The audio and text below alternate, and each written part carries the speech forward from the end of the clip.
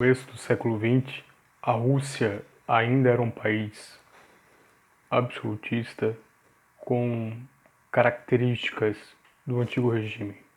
Uma monarquia absoluta, hereditária, sem divisão dos poderes, sem existência de um parlamento, leis voltadas por deputados, um procedimento comum dentro dos regimes políticos dos quais encontramos hoje.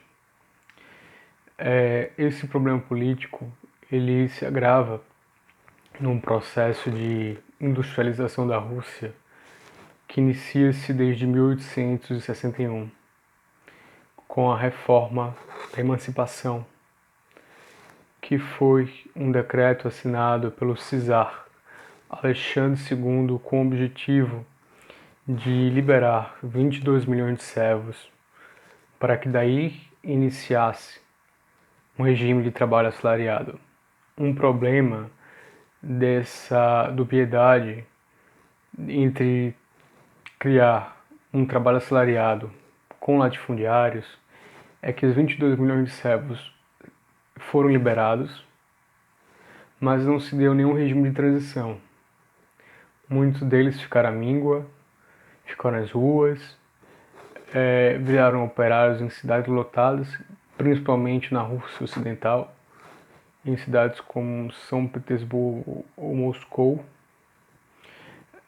Houve um agravante enorme dessa situação social que foi a Guerra Russo-Japonesa, certo? Iniciada entre 1904 e até 1905, por conta de todo um processo de industrialização da era Meiji, que buscava aumentar a região de influência do Império Japonês na Ásia. Isso feria interesses da Rússia.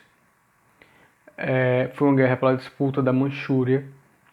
E um fato curioso, a formação social da Rússia moderna, ela forma bolsões industriais enormes em cidades operárias da Rússia Ocidental. Ela permite uma introdução de novos costumes e valores quando ela cria as ferrovias e uma interligação dessa Rússia oriental com a Europa Ocidental. E dentro desse aspecto, a Rússia passava, no início da sua revolução industrial, algo próximo que os britânicos passaram. Um trabalho sem leis trabalhistas, sem proteção social, sem um regime de previdência, em um estado de liberalismo econômico puro. Isso fez com que muitos trabalhadores se organizassem em sindicatos, mesmo que isso fosse ilegal. E houve uma iniciativa da Igreja Católica com o padre Jorge Gapone em fazer um protesto pacífico em direção ao Palácio de Inverno com a carta de reivindicação de direitos.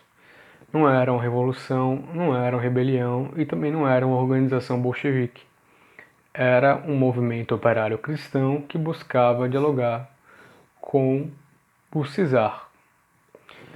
Dentro dessas condições, o czar, na mentalidade absolutista, mandou que os generais ordenassem os seus soldados a atirarem nos civis, que ficou conhecido como Domingo Sangrento. Segundo Lenin, que escreveu uma obra chamada As Lições das Revoluções, 1905 foi o primeiro golpe da classe operária contra a aristocracia russa, certo? Por um breve período, entre 1905 a 1907, a Rússia experimentou um período de regime de liberdade política, com direito à associação, direito à imprensa, algo que a autoridade russa há muito tempo desprezava.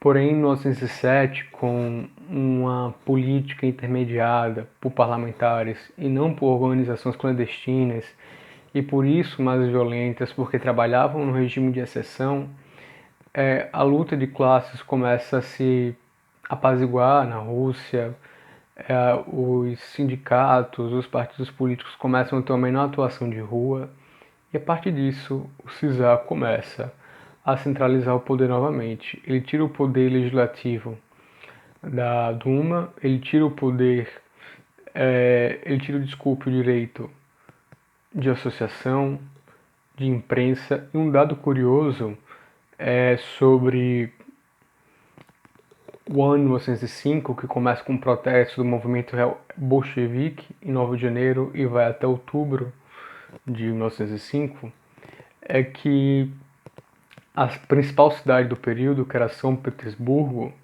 uma cidade com 300 mil operários, teve 1 milhão de grevistas. Pessoas de outros setores, pessoas que não estavam diretamente vinculadas à indústria, ao trabalho industrial, decidiram participar, seja por direitos econômicos, seja por direitos políticos. Existia uma burguesia liberal que estava descontente com a ordem aristocrática, porém, quando houve os protestos mais violentos ou uma tentativa de derrubada do czar, mesmo no regime de exceção, eles ainda defendiam tese de um liberalismo constitucional, de tentar resolver isso por um referendo, de tentar resolver isso com um trabalho de imprensa, quando naquele regime isso não dava condições. Isso foi uma síntese. Para Lenin, por exemplo, esse foi um período de amadurecimento político do povo russo, um período de amadurecimento político de 10 anos da formação do Partido Operário Social Democrata, e também uma aprendizagem política da qual, segundo Lenin, as lideranças políticas elas só fazem concessões quando o povo organizado pressiona por meio de greves, por meio de rebeliões, e isso que manteria uma constante luta, uma progressiva conquista de direitos políticos e econômicos na Rússia.